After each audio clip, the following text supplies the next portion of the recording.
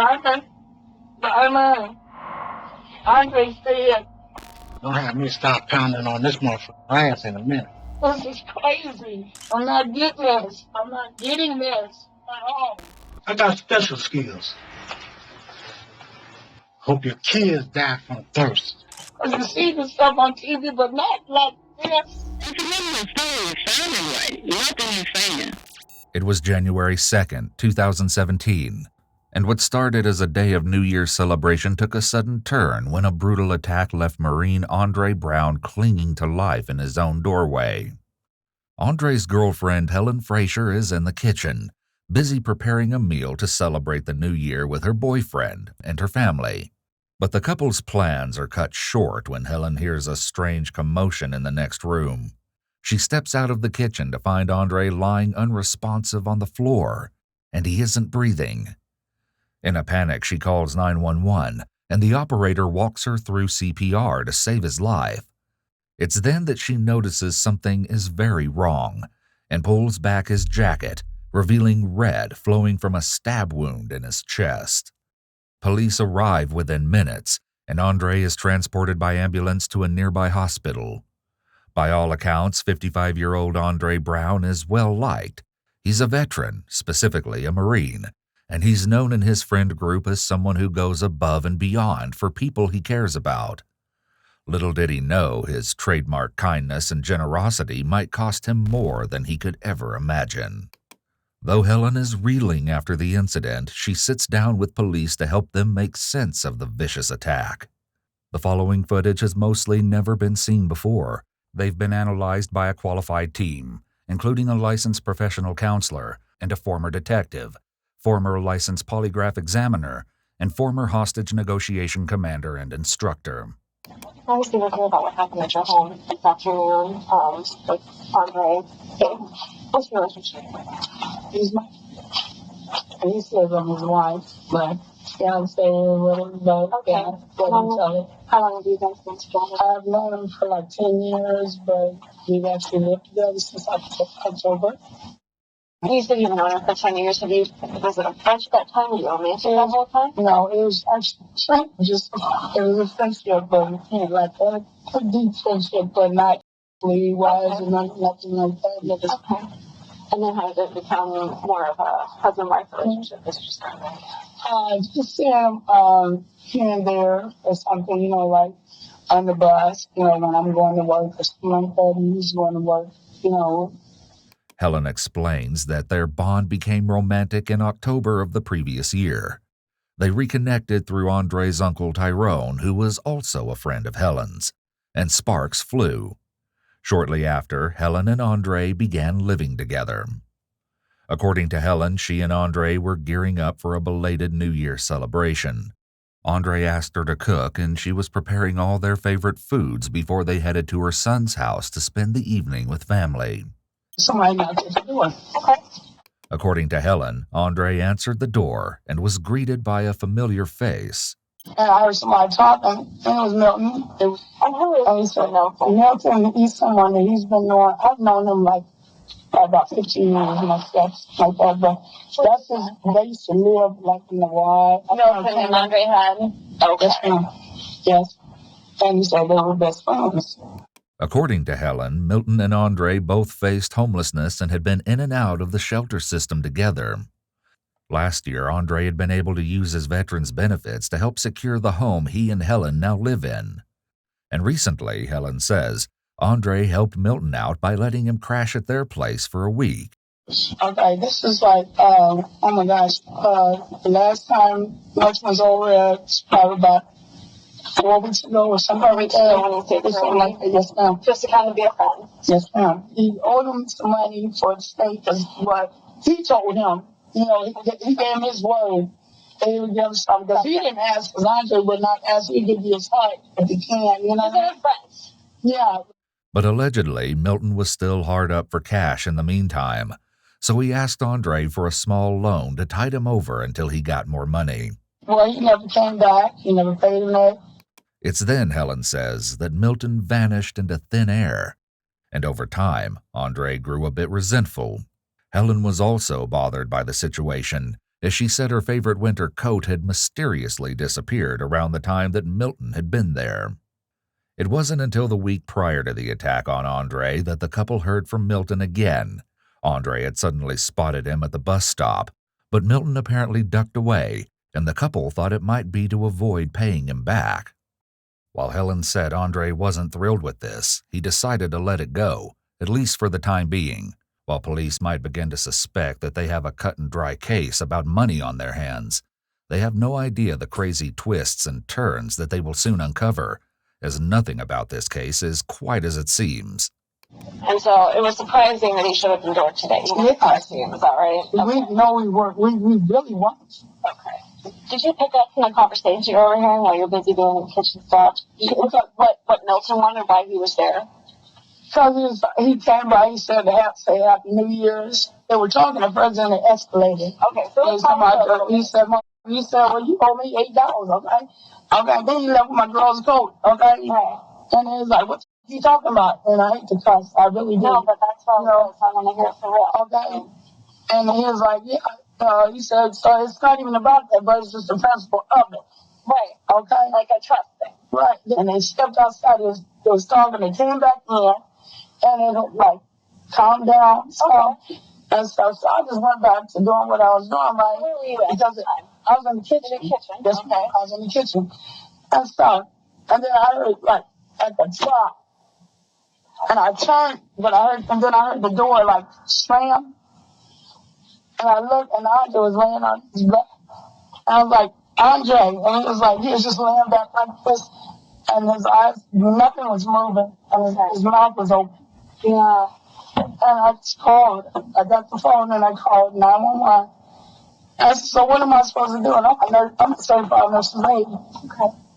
Okay, but I panicked. Sure. So I'm like, so what am I supposed to do? They said, just pump, they tell you, to do this or whatever on his chest or whatever. They like breathe in his mouth. I said, but he's not doing anything. No, he's not breathing. They said, put your face down there.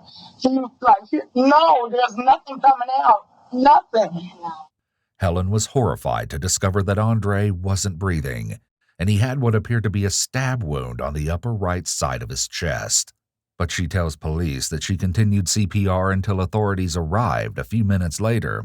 So asking, is he okay? Is he all right or what? And it was like, she was telling me, she said, well, I don't know. But somebody's got to know something. First responders continued Helen's life-saving measures, but Andre was being raced to the hospital. Police couldn't offer her much information about his prognosis just yet. Anybody else out by the house today? Was just you and your No, ma'am, that was it. Okay. Police asked Helen to describe what Milton was wearing that morning, and it's seared in her memory. A black jacket, blue jeans, and black tennis shoes. When the detectives step out of the room briefly, the reality of the situation is crushing for Helen. About my baby, man, you guys, tell me something, let me know something about her.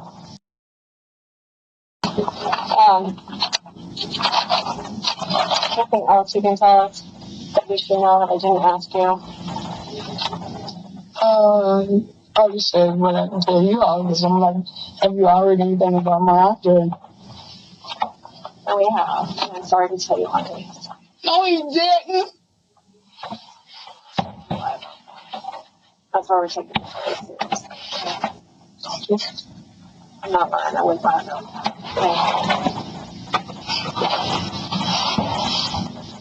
That's why we're asking all these questions. This is really important. Don't do this to me. In this moment, Helen isn't just faced with the horrific news of the death of her boyfriend.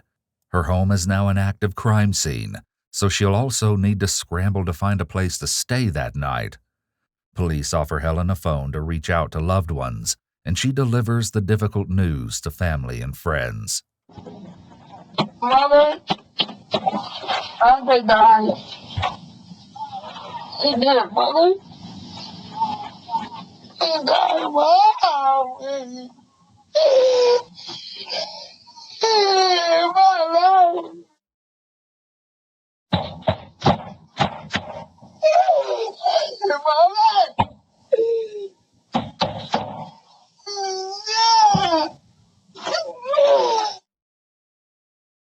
This is crazy. I'm not getting this. I'm not getting this at all. You see this stuff on TV, but not like this. I need you, mother.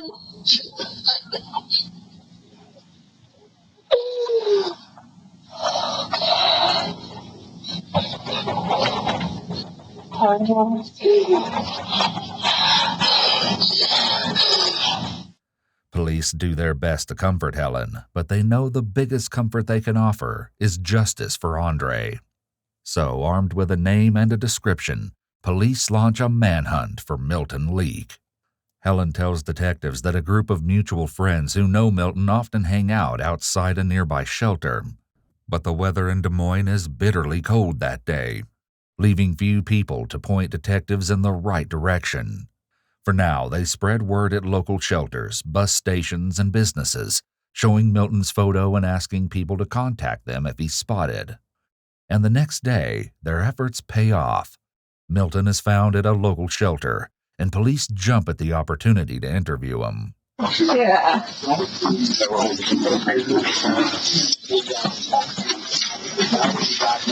As Milton's story unfolds, the detectives hear a very different account of the previous day.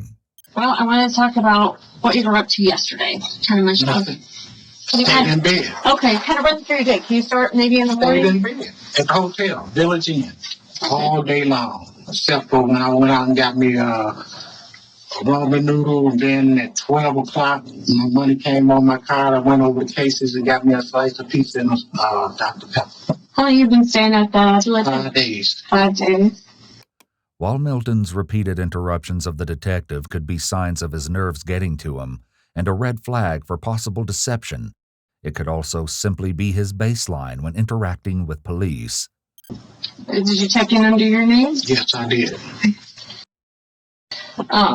Before you stayed at Village Inn, where were you staying? Down at the shelter.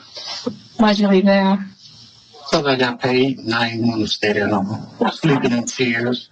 Yeah. You can only have one chair. You can't have two chairs. Uncomfortable. People messing with your property and stuff. Okay.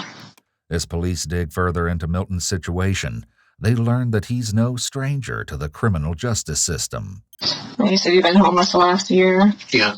What caused that situation? Well, I said I didn't disclose that I had a criminal record 23 years ago. Oh. Back in Wisconsin. Oh, your job, you mean? No. Oh. I was on low income. Okay. Through, and then they dropped you from that? Yeah, through HUB. Okay. Down in Fairway. And I was there 2 years before they did some kind of international check or something. Mm-hmm. And they said that HUB don't allow nobody with felonies. Oh, so then they got dropped in Western housing. Okay. I want to talk to you about some sort of a friend of yours, Andrea Brown. Oh, I heard about that. Okay. What'd you hear? I just seen on the news that somebody got stabbed over there. Who's somebody? I don't know exactly who. I read it in the paper this morning at the library that a 55-year-old man got stabbed. I don't know. At this point, local news hadn't reported who was stabbed, only the area that the murder took place. So why did you know it was Andre that got stabbed? Because I remember that address, 1925. Well, they had in the newspaper 925, but yeah. And then I seen the house, because I know the house got that little X thing and got to go up on the side porch. Okay, I can have a picture of the house. Yeah. Okay. Milton's response piqued detectives' curiosity. Did he know more than he was revealing, or had he simply made an assumption? For now, they move on. Tell me about Andre. He's a nice fella. Is he a friend of yours? Well, yeah, we used to live together down at the YMCA when I first got here. He was a veteran, so they put him up in the house, in a little cottage. I stayed over there a couple of nights, a couple of times. While his story aligns with Helen's so far, it would soon take a sharp turn. Did he live by himself? Well, at that time, he going through a thing. He had two different girls, but he put one out and got another one. She was just as bad as the other one, so they went through a thing.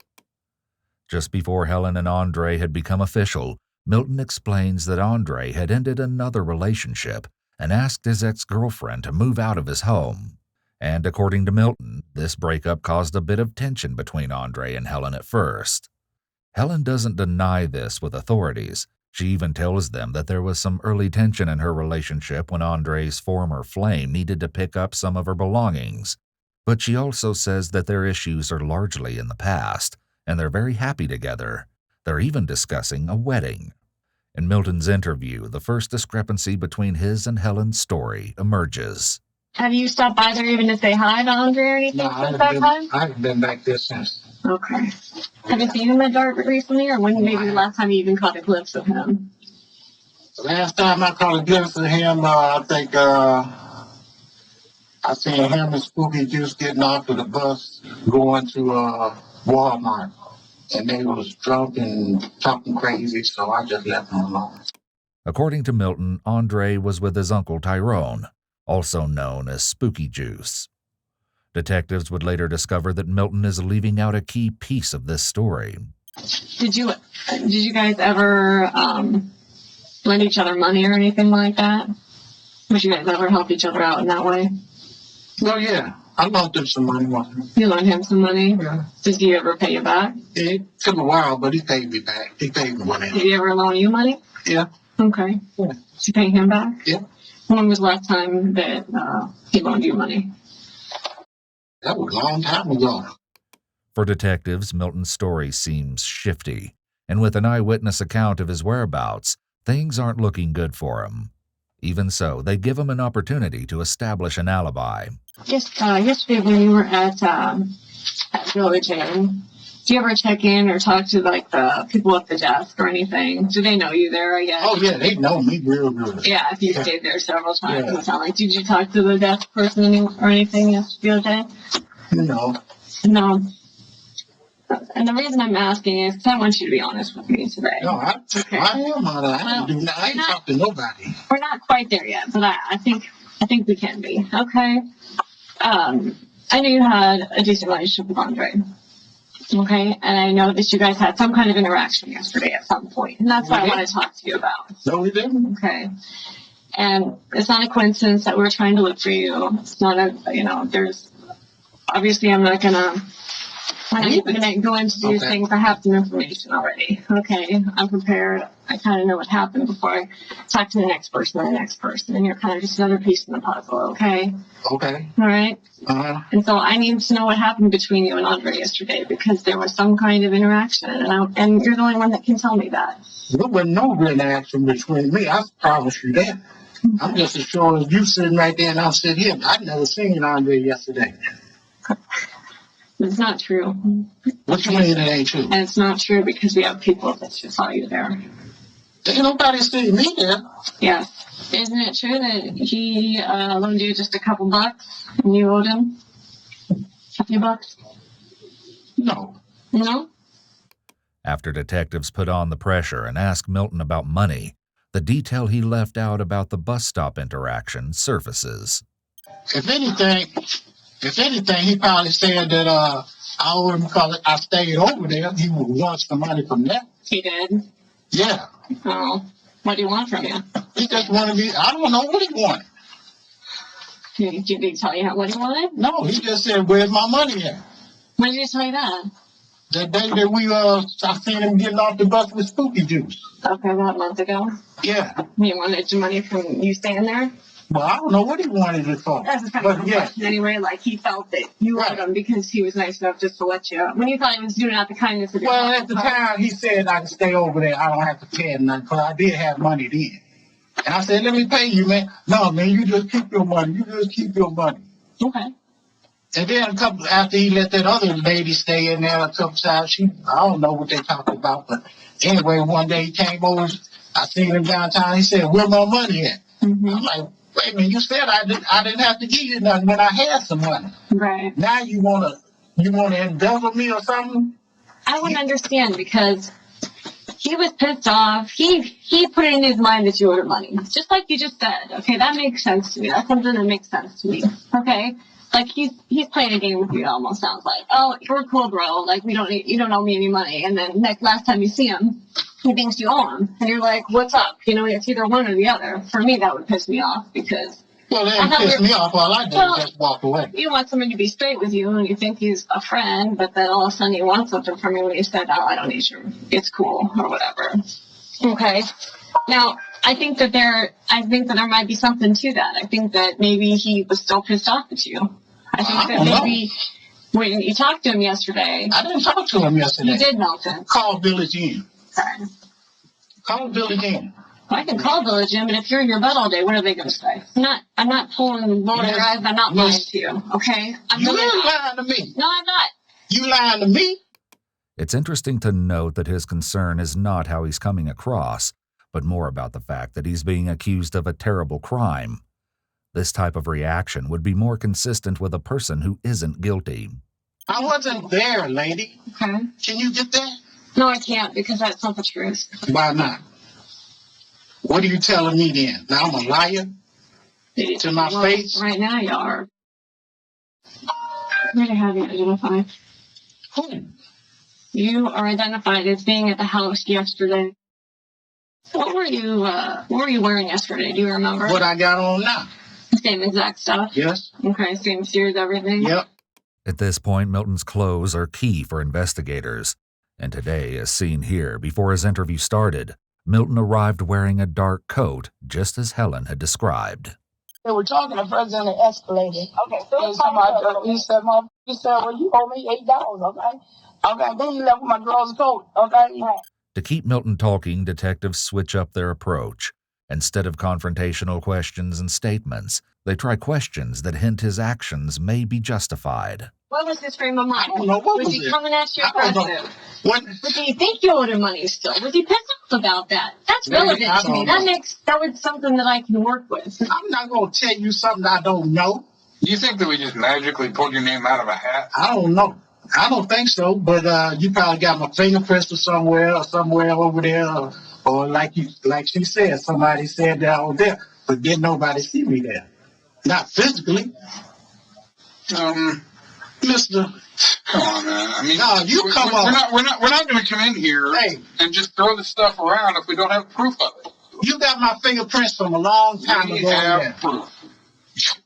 Well, I can tell you right now, we don't have any fingerprints yet. I'll give you that clue. We don't have one. So no, we didn't get it from fingerprints. But let me ask you this, Milton. So do you walk around during the day sometimes, like especially in the summer? Do you walk around outside a fair amount of time? Yeah. Okay. Occasionally you might go through a residential neighborhood where there's houses? Yeah. Okay. Well, you notice those cameras are popping up a lot more on houses? Have you noticed that? Not really. I ain't paid that much attention to it. Okay. Yeah, Well, I can tell you as a detective some people got that is very, very helpful to us. But I know. I mean, that's one of the best things to come along besides DNA. Yeah, I know some people got security like that. Yeah. Yeah. So we get videotape right away. Mm-hmm. It's there. It's right there. The detectives are beginning an interrogation tactic known as planting seeds of doubt. If someone is guilty and they hear that there is other evidence they may not have considered, this tactic will make them extremely nervous. But on the other hand, if someone is innocent, they'll feel confident that there's no evidence that can implicate them. However, these detectives' execution of the tactic is a bit sloppy, as it should be delivered with more unwavering confidence. We don't have to wait for fingerprints to come back and DNA to come back. Police all but say it. They have video footage of Milton on the day of the murder, and they didn't know it yet, but such video footage would become the foundation of their entire case. In the meantime, Milton's already limited patience is wearing ever thinner. Here's what I want you to think about, Milton. I'm not thinking about Jack. You saying that you're not even there makes us feel like, what the hell's going on there? Yeah, you tell me what the hell's going on. I thought we could just have a conversation. Yeah, I was there and then I started. I'm trying to put that psychological stuff on. I'm not trying to. Arrest me or let me go. You got 72 hours. You're talking TV talk, right? Too much TV talk. No, that ain't TV talk. It is TV talk. Okay. The 72 hours Milton is referring to is related to the U.S. constitutional right to a speedy trial, which includes filing charges after an arrest within a reasonable amount of time. But the Constitution doesn't spell out what reasonable means, so it's up to the states to decide how long police can hold someone in jail without charges. Often charges are filed within 72 hours of arrest, but there's no hard and fast rule. While the detective clearly thinks that Milton's misunderstanding is funny, this is a very poor way to maintain rapport, and laughing at him and mocking him will only damage it further. They aren't following normal interview procedures and haven't done much to develop rapport with him before this point either. The detectives back off, shifting their focus to Milton's version of events that day, hoping he'll drop some new details they can use. And he does exactly that. Not even my girl. We broke up New Year's Eve, so that's why I didn't know. This year? Yeah. So just 2 days ago? Yeah. Who's that? Huh? Who's your girl? Or your ex-girl? Ex-girl. Well, she's no longer talk about it. That's something else. She don't know nothing about Dre or nothing like that. No, what's her name? You don't even know her name. She's innocent. She ain't got nothing to do with this. Red flags go up when Milton refuses to share the name of his recent ex-girlfriend. Could she have incriminating information about Milton that he's not keen on sharing? I asked you earlier if this girl that you broke, or this girl that you had just 2 And I days said she ago. don't know nothing about my personal business. And I said, how do you know that? Because it's your personal business between you and Andre, whatever happened to Andre. No, That's exactly what you said. that ain't what I said. It most certainly is. Man, you trying to put words in my mouth. You know with this. I am not. Milton, this is recorded. We can watch all this back. You're getting me frustrated now. Why? I've been trying to be nice to you. You know what I'm saying? Why are you Explain getting all this. frustrated? Because you up here trying to put words in my mouth and try to make me look like I did something to you. Yes, sir. Milton is clearly flustered and frustrated. He's doing his best to stick to his story as the detectives continually try to confuse him and poke holes in it. I ain't do nothing to Drake. I love Drake. You understand that? I would never do nothing to Drake. Physically or mentally. Because me and him knew each other. We understood each other. Yeah, we talked about each other like that. But that's all. You ain't gonna do nothing. Yeah, you ain't gonna do nothing. Yeah, we talked like that. But we squashed that shit. Milton's frustration reaches a new level, giving way to some strange behavior. I ain't gonna never take nobody's life. For nothing. Not a penny, not a dime, not a different woman, nothing. And I got skills to do that. But I don't go around doing that. You got skills to take people's life? Yeah, What kind of skills you got to take people's life? I got special skills. What are those special skills?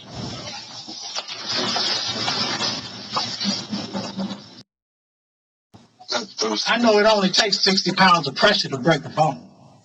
Yeah, I got all kind of knowledge about doing that. I don't do that. I'm 68 years old. I ain't got time to go around here trying to prove myself to nobody. But I ain't gonna let nobody push me. I would hope that you wouldn't prove yourself. Right. I don't walk around here all tough with my chest all blowed out, my head blown up. I ain't out here to hurt nobody. I'm just out here to survive. Did you ever carry any weapons for self-defense? Pocket knife? No. Nothing? No. No, never have in the past? No. Any kind of guns? Yeah. Okay. What do you carry? It's loaded now. What are you talking about? My mind is loaded, full of bullets. I'm talking about a gun. I'm talking about knowledge. I'm talking about power. You ever carried a real gun? No. Yeah, I'm done too. Y'all gonna buy me dinner or something?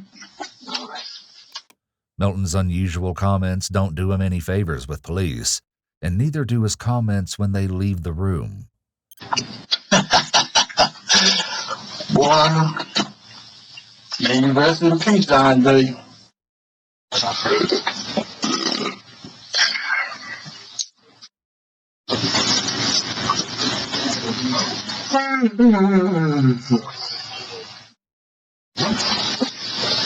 Man, come on. I'm hungry. We can throw this out.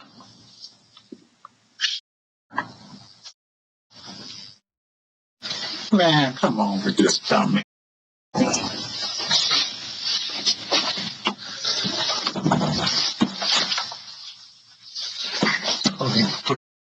Hey,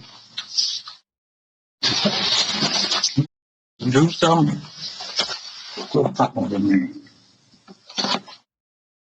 You gotta find out what you know. You put me on that. Don't see that? There's nothing to worry about.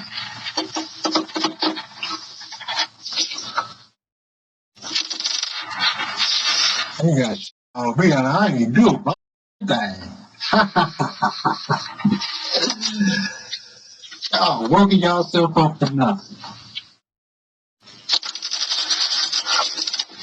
Think you want to let's be clean. You put me in any way you put me. So you falsified information. That's what you do. Planting information.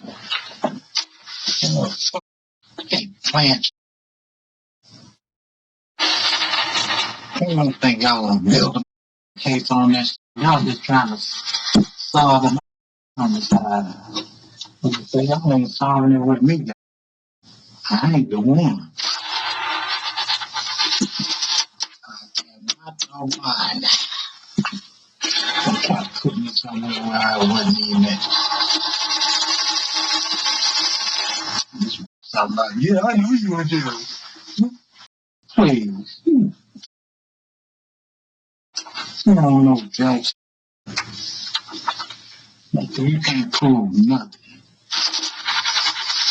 You just think we be dependent on a homeless man.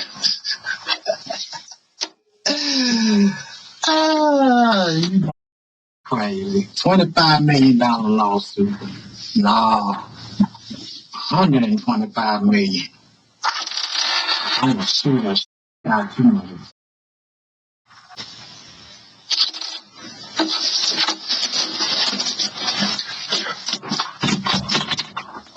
Somebody come back here. Y'all getting me pissed off now. This is embarrassing me like this. Despite his protests, Milton is placed in custody, and his clothes are taken as evidence. Hope your kids die from thirst. Police let Helen know as soon as they've made an arrest, and she's instantly relieved to hear of his apprehension. With Helen's eyewitness testimony, the detectives are confident they've got their man, but they want their case to be bulletproof, so they don't stop there. While the detectives do find a record of Milton staying at the Village Inn on the day of the murder, no one can account for his whereabouts. According to cleaning staff, they don't recall actually seeing him that morning, despite having cleaned his room sometime between 9:30 a.m. and 12:15 p.m. Authorities also get a lucky break when they chat with a few acquaintances of Milton's. According to police reports, one friend reported that when she saw Milton on the day of the crime, he seemed off. She recalls that he wasn't his usual happy-go-lucky self. Another acquaintance revealed that at one point Milton had a long-term girlfriend named Sandy, and police immediately suspect this is the mysterious ex-girlfriend. Once they track her down, they ask Sandy to map out her history with Milton. And when Sandy arrives at the station, her adrenaline and anxiety are surging. Police allow her daughter to join them in hopes of keeping her calm and getting as much information as possible. What was the first thing you felt when they came? I saw them. I said, "Oh my God!" Like, what did you feel? I was on my list right. You breathe too fast. Look, no, like this. Sandy's nerves are on edge as she struggles to come to grips with the idea that Milton may be involved in a terrible crime. Look, watch me. After Sandy's daughter gives the detectives the room, police ease into their interview with a few background questions. How did you meet Milton? Oh, at a church? Soon, Sandy volunteers that their relationship recently ended. Unlike Milton, however, she's forthcoming with the reasons why. After 10 years, Sandy felt their connection was dwindling. She didn't see Milton as often as she liked, and she suspected that he was shielding her from the realities of his life. Because and I used to ask him, why you never bring you down in your friends? He said, because it's my business, and they don't even know my business. I said, okay. And He didn't tell you about what was really going he on. didn't tell me nothing. He just But in spite of everything, Sandy said she and Milton were usually able to work out their differences, and violent behavior seemed beyond his capacities. he was a good guy. That's why I'm so still in shock. Like my nerves. He never done nothing like this in 2 years. When police spoke with Anita, Sandy's daughter, she echoed the same sentiments. Did you ever see him get really angry or violent ever in the past? No. He's a father figure to me. Okay. Even though not biologically, Right. he was like my father, so Right. he played that role really well. Okay. And Anita admits things have been different recently. But since he lost his apartment, everything changed. Detectives begin requesting CCTV footage from the locations Milton shared with them, including the Cash Saver store and the pizza restaurant. In the meantime, detectives meet with Helen, Andre's girlfriend, again to make sure they don't miss any useful details about Andre's last hours. And as it turns out, Helen had forgotten a few things in her first account, like Andre running to the store for a 6-pack of beer and a second visitor to their home that day. And he went to the store. He did? Yes, Okay. the store. You didn't go? No, I went later, him and I, to Family Dollar, Okay. and then came back. What store did you go to? He went to the quick trip. Okay. You just walked there, or how did you get there? He walked. Okay. Knowing that Andre walked to the quick trip down the street is a win for detectives. There are several local businesses surrounding the gas station, so CCTV footage may help them establish a clear timeline in their case against Milton. But as the days pass, the likelihood of that footage being erased only grows, so the detectives must act fast. And in the chaos of that morning, Helen also forgot to mention what happened when Andre came back from the store. While she was in another room preparing for the festivities, there was an earlier knock at their front door, and it wasn't Milton. Helen tells police that Andre answers the door and heads upstairs with another man. After a while, Andre comes to the kitchen to grab a drink, but something wasn't quite right. Yeah, I asked him who was it. That's what I asked him. But he didn't tell me, so it's just a friend. He got another beer. And gave me a kiss. Yes. And then somebody knocked at the door. Once again, Helen recalls the event she heard in the next room just before discovering Andre unconscious. But this time, she shares 2 critical new details. I heard that the door closed, but I heard something like a loud noise, like a thump or something like that. But I heard now that I think that the back is like I heard the door closed twice, like right behind each other, like it open, close, open, and close again, so I don't know if there's a person that came downstairs as well that was up there with him. I'm not sure. And then I said, Andre, man, on the floor. And I was like, I don't know what you did. I called Mom. I said, Andre is laying right here because I hadn't seen anything. He had his jacket on. He started shouting up. I said, Mother, what should I do? She said, oh, you need to call 911. And I know I should have anyway. And so I called my mother instead. And then I hung up the phone. And then I called 911. Helen's behavior has changed noticeably. Previously, she was more animated. However, now her nonverbal behavior is scarce. The information that slipped Helen's mind during the first interview is essential. The mystery visitor and the timing of his exit mean police may have another witness, or even an accomplice. Helen's phone call to her mother, Evelyn, could also provide new insights, so authorities make a note to reach out to her. It's possible that Evelyn remembers details that Helen doesn't, like a comment or a background noise.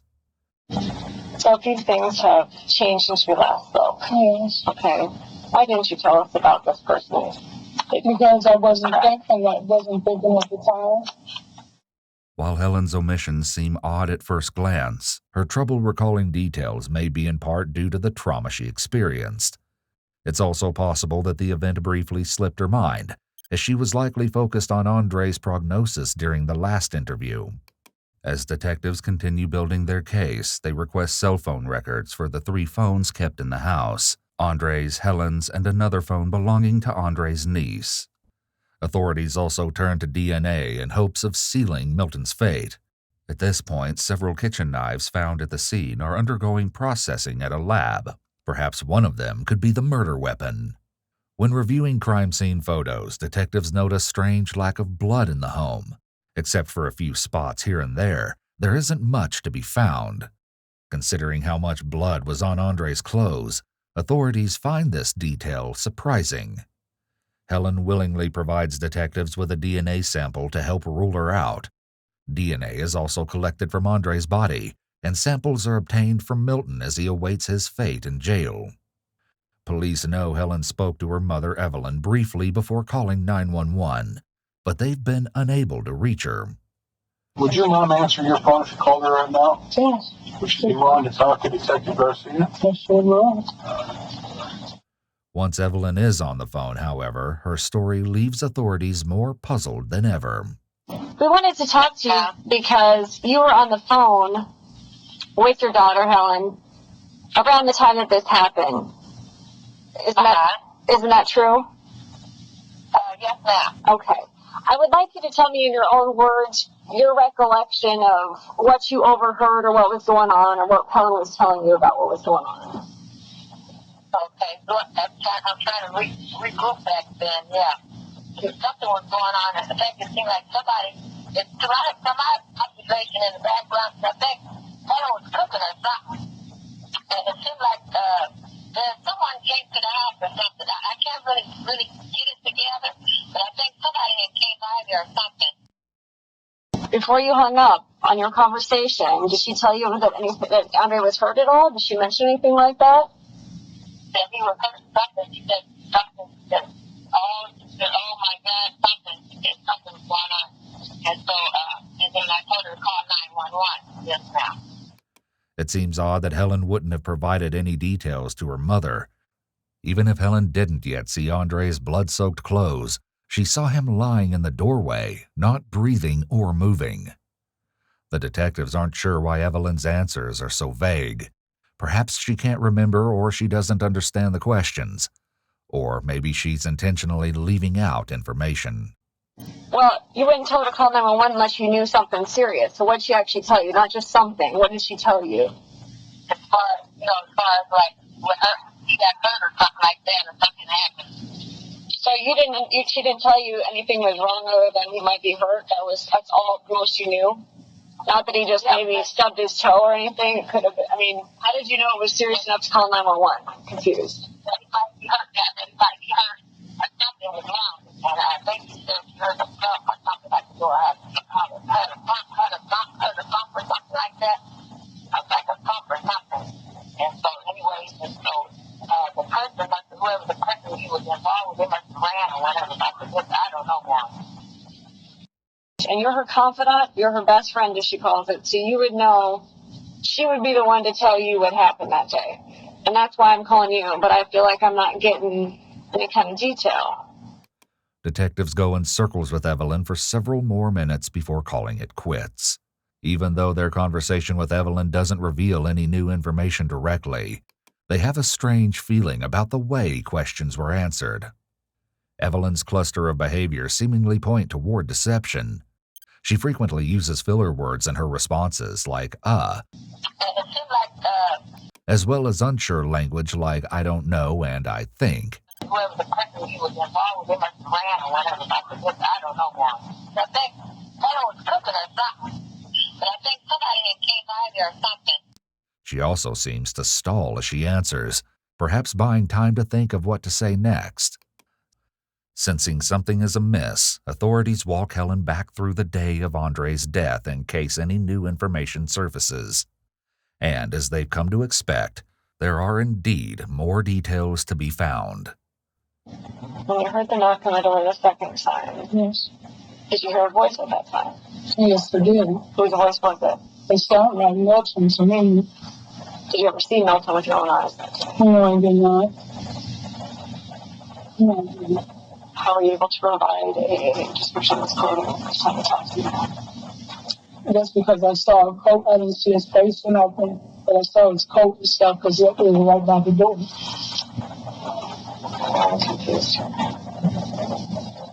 Helen cups her head in her hands nervously as she explains her rationale. This is generally a self-soothing action. Pressure or rubbing will help soothe the anxiety. Okay, I said this motion. I felt like it was motion.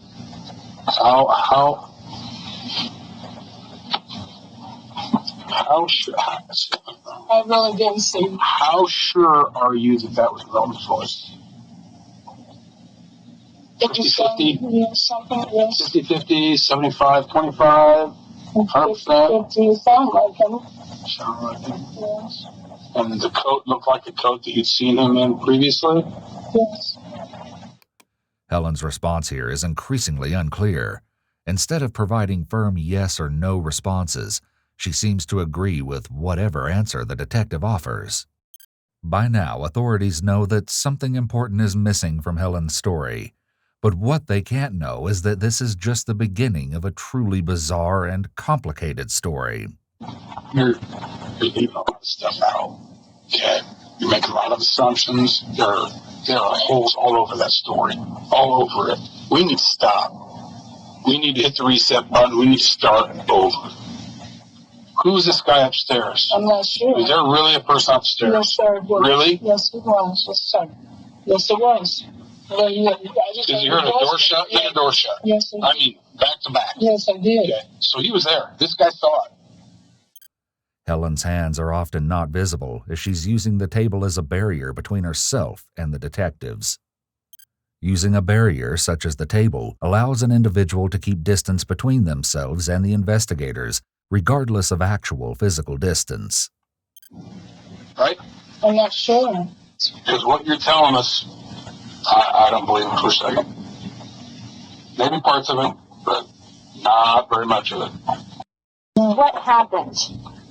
Him and the guy, just the other guy, but he's got a big family and stuff, so I'm sure just.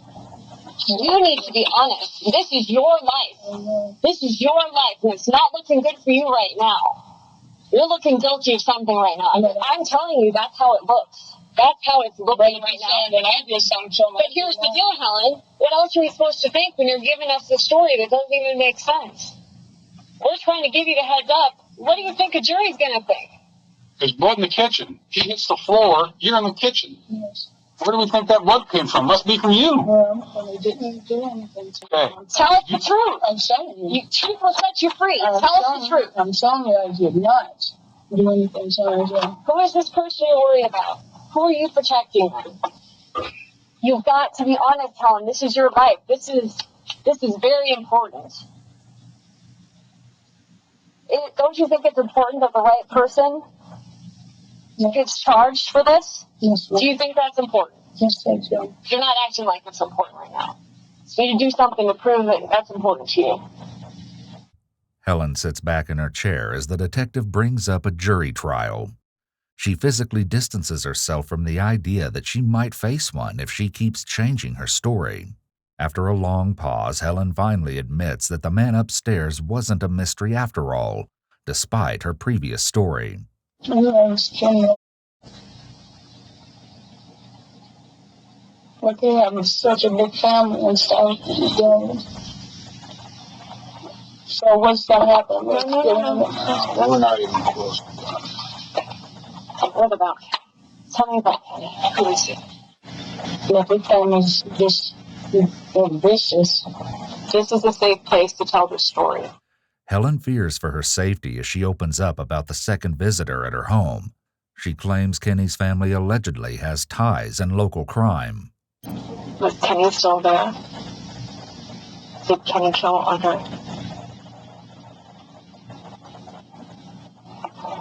You need to be honest. Did he kill Andre? Because I saw it. With hesitation, Helen explains to police that Kenny was the only one at the house that day. And while the rest of her story was true, the fight that took place was only between Kenny and Andre, not Milton. In fact, he wasn't even there that day. He had been telling the truth all along. Police have the wrong man in jail for Andre's murder. What's your recollection? Because he was like, he stole one of, like he stole from when he came downstairs. Can you say that to Andre? No, Andre said it to him. Andre said that Kenny stole. Yeah, because he had it laying out, I guess, upstairs. And he's like, man, I wouldn't give you some, man. Yes, you did. Yeah, yes. But it really escalated, it really did. And stuff, and they're just nuts. But, I mean, how did it escalate? Because he was like, man, you said, you're not going to treat me like a pussy. I'm not a, I'm not a pussy. You know what I mean? He said, so what you want to do about it? He said, I stole something, so man, if you feel like I stole something, then, hey, work it up. And Andre came downstairs. And Kenny came downstairs as well. And Andre came in there. He came in the kitchen. Okay. And he got a knife, but Kenny got it from him. Snatched the knife from him, stabbed him. Threw the knife in the sink. A sink that was conveniently full of dishwater. Why didn't you just tell us, Kenny? Why didn't you? Because I'm scared of him, because he have a very big family, a very violent. What are you scared of? What do you think he did to you? They would kill me. They would. They've done it to people. Is that why you didn't tell us that, Jay? Yes, ma'am. They haven't gotten away with it. Helen's story is starting to make sense to detectives, but her changing storyline means she's no longer a credible witness. An accurate account of the facts is more critical than ever, so they ask Helen to take a polygraph test to bring a little peace of mind, and she's happy to cooperate. Even though polygraphs aren't always admissible in court, they can be under certain circumstances. Often asking someone to take a polygraph is an interrogation tactic itself, as it gives the police a chance to observe how people react to the suggestion and see how willing they are to cooperate. In the meantime, they remove all doubts about Milton's involvement. Milton was not there at the house that day. Milton has nothing to do with Andre's death. Yes or no? Why did you forget with Milton? Because I just want to understand. If I don't. Do you hate Milton? I dislike him. Because he's very disrespectful. Helen reveals that Milton is nothing more than an unlucky scapegoat, named as a suspect because she just doesn't like him.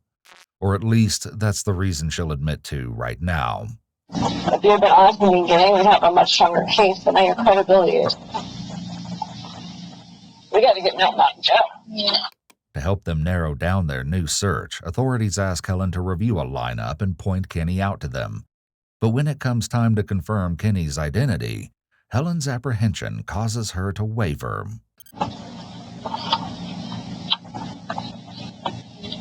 No, kind of more change.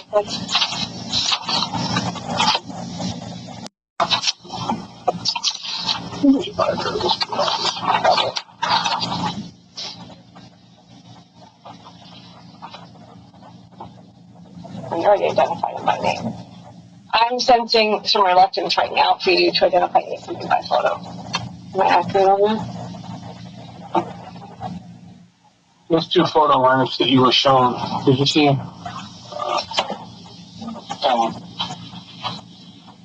Did you see them? That one. You're lying. I can see it. You're lying. Just it's okay to be scared. It's not okay to mess with people's lives, and this investigation has done enough harm right now, to be honest. This is your time to do what's right. For Andre. Do you give a shit about Andre? Yes. I live my life too. Helen asks to see the photos again, and she begrudgingly points to two individuals in the photo lineups, but it's clear that her goal is only to move past the question. For now, her strategy works. I want to see the hell of him. Which one? Him. Him or him? And is that what you're saying?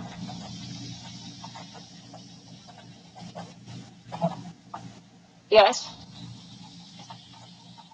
Before ending their meeting with Helen, detectives offer her one last opportunity to share any information that might be helpful, and it's a good thing they do. I want you to get the check up short right now. What else prepared to tell us about what happened next time? Has anyone contacted you afterwards telling you to shut your mouth? Yes. Who?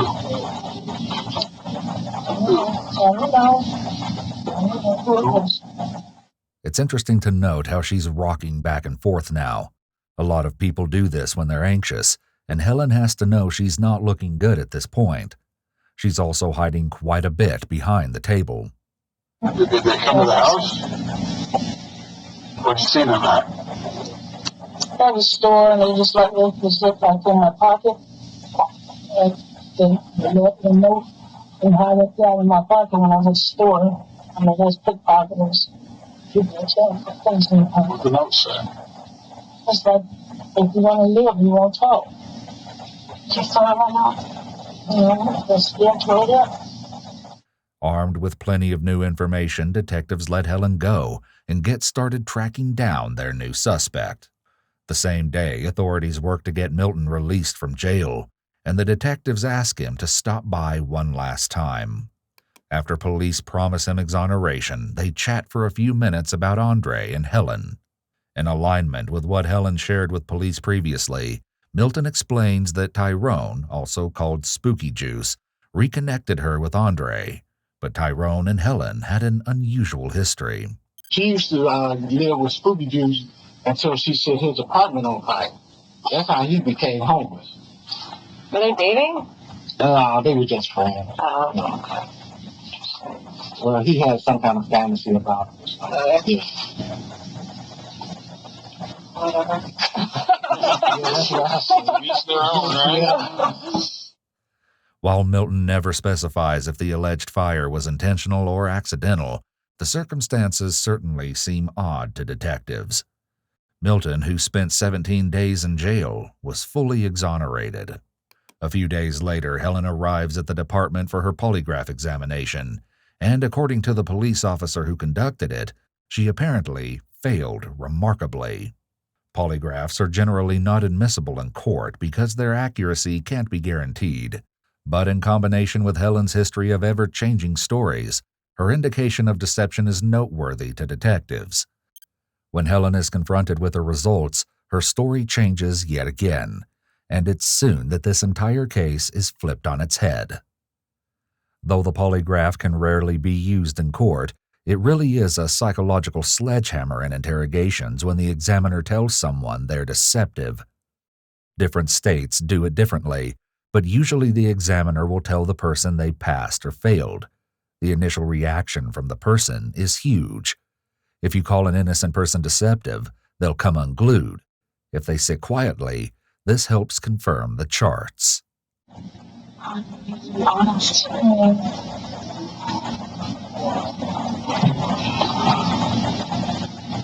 You have to be honest and you have to face it. Whatever it is, you have to face it. No more lies. You keep lying like you're doing now, you eat you alive. After weighing her options, Helen shares another brand new version of events on the day of Andre's murder. The question is this finally the truth? This time, she makes the allegation that Andre may have been associated with a street gang referred to as the Vice Lords, which has roots in Chicago beginning in the 1950s. Well, Andre did go to the store. To a quick trip. And when his buddies came by, they just had it. He was not from Chicago. Mark Keegan? Chicago. Andre owed him some money, but he knocked on the door and he came in. Over time, Helen's stories become more and more elaborate. What began as a small unpaid debt with Milton evolved into allegedly stolen drugs with Kenny, and now a money battle with a kingpin from Chicago. While Helen says she didn't know Mark, his reputation preceded him. For now, detectives play along. When Andre showed up, what happened? What you've seen here. Be specific.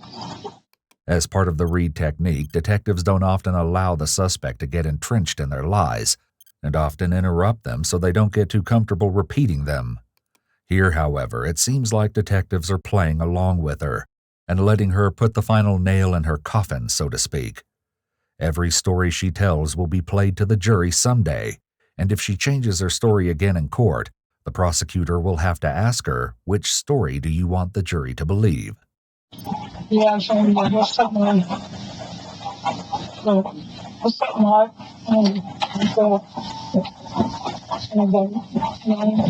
I know you, right? He said, yeah. He said, it's there.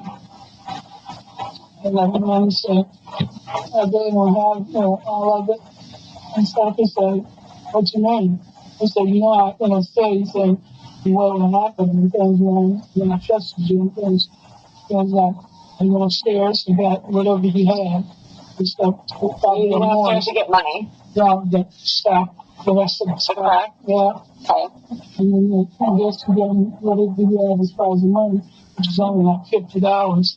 And I should have done like way more. And, he didn't like that. He didn't like that. Helen goes on to describe a story similar to her past two versions. The two men began arguing and it escalated to violence after Andre grabbed a knife from the kitchen. Police are left with many of the same questions, and they're at the end of their rope. Is this the fourth different person we're saying now? Yeah. Fourth different person. Milton. Kenny, unknown last name. Now it's Mark Keegan. That's 4. So I got to tell you, I don't believe you. I don't believe hardly one bit of that story. So far, Helen's stories of crime families, betrayal, and murder over small sums of money are proving to be nothing more than fantasies, leaving detectives to wonder what truths are being concealed. Helen has turned away from detectives, using her hand to hide part of her face. True to form, she changes her story as soon as police confront her about the absurdity of her stories. Now she tells authorities that Mark wasn't a stranger after all, and she may have had something to do with his sudden appearance. Open-ended questions are a must in this case. These types of questions keep from shutting down the conversation and keep information flowing. They need to get her talking and let her keep telling her story. I shouldn't have let him in. How did you know him? I used to live in Chicago. I called Mark over there because Andre was up in my face. And it's like I'm because of it. It's not that. Why'd you call Mark? Andre was up in my face. Tell me about that. What was he doing? Calling me bees and telling him going on with the baby. He had some company coming over. I told him I wasn't wanting him. Finally, the detectives call out the latest in a long line of fantasies Helen is using to escape reality. You're caught up in this world that doesn't really exist. Enough is enough, okay? Enough is enough. Yeah, but I'm sorry. We're not going to keep chasing our tail. We can prove it all right. No, it's not. We proved it all wrong. All of it. Proved it all wrong. And now we got to go chase down a Mark Keegan? Is this another guy that's wronged you in the past that you're pissed at? No. It's notable how different Helen's behavior is when compared to that of Milton. Helen's words are repetitive and her no was very passive, while Milton was clearly quite angry. Her lack of irritation and calm demeanor are unusual behavior if she was truly an innocent bystander. Is this the fourth different person we're saying now? No, somebody else lied to you. That's why to go over this. Somebody else is lying to you. I was not there. Police will also have noted by now that her constant expansion of the suspect list is a big red flag. Guilty people often want the police going in as many directions as possible to keep the attention off of themselves. Every time police talk to Helen, she adds a new suspect to their list. Like Kenny and like No, Milton Leak? no. Yes, sir. So when we go searching down Mark Keegan and we can prove that he wasn't here at that time, what's your story going to be then? We're done. We're done. So I would rather get right down to the truth.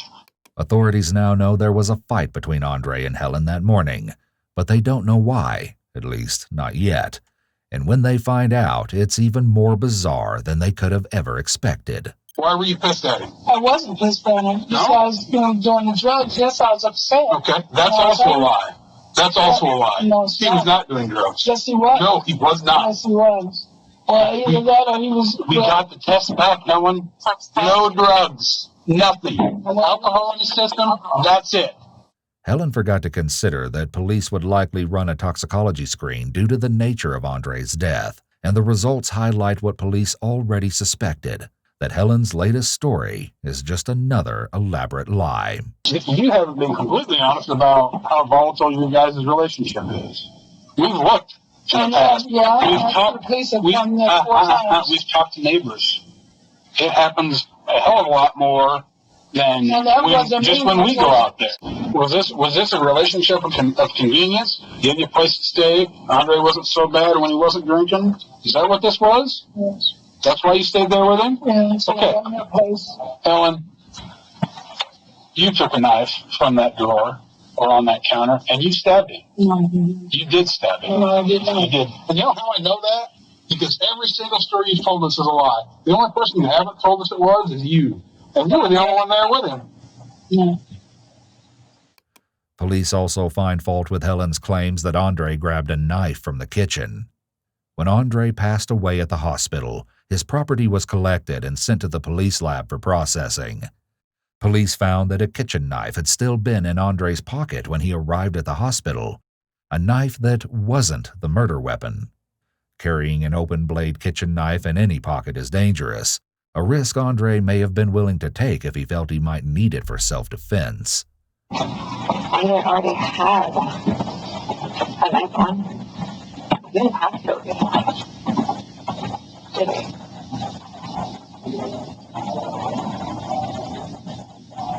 Well, maybe you forgot he had it. I'm not sure. At this point, Helen is under a microscope. Her stories have fallen apart time and time again, and now police are left to piece together what happened from outside sources. As CCTV footage starts to trickle in, detectives catch a lucky break when reviewing the quick trip footage. Close to 12 p.m. on the day of his murder, Andre is seen interacting with 3 different people outside of the gas station, as well as a nearby laundromat. Of interest are 2 men and 1 woman. Police were soon able to identify the mysterious people who spoke with Andre near the quick trip. While they were able to rule out 1 man who spoke to Andre but didn't really know him, the other pair would prove integral, and what they had to say would turn the entire investigation upside down.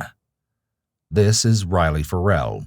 Can you just tell me from your own recollection right now what you remember about that day? Yeah, I was just going to a quick trip with my friend to go get pizza. What friend? My friend Jess. I just met her that day. Okay.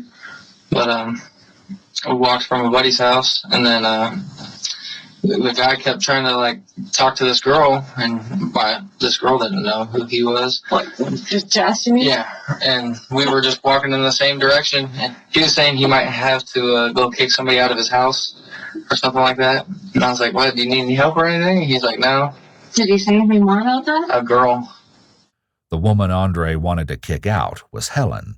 Far from getting married like Helen had told detectives, he was breaking up with her and trying to get her to leave. Perhaps this is why Andre felt safer carrying a knife that day. With no expectations of getting the truth from Helen, police reach out to Andre's sister Deborah for help, and what she told them would leave their jaws on the floor. At first, Deborah explained that Andre wanted to help Helen. He moved her out of the local shelter, bought her a cell phone, and even helped her to get to her doctor's appointments. But as Deborah recalls, their relationship wasn't all smooth sailing. Every time they called me, it was always arguing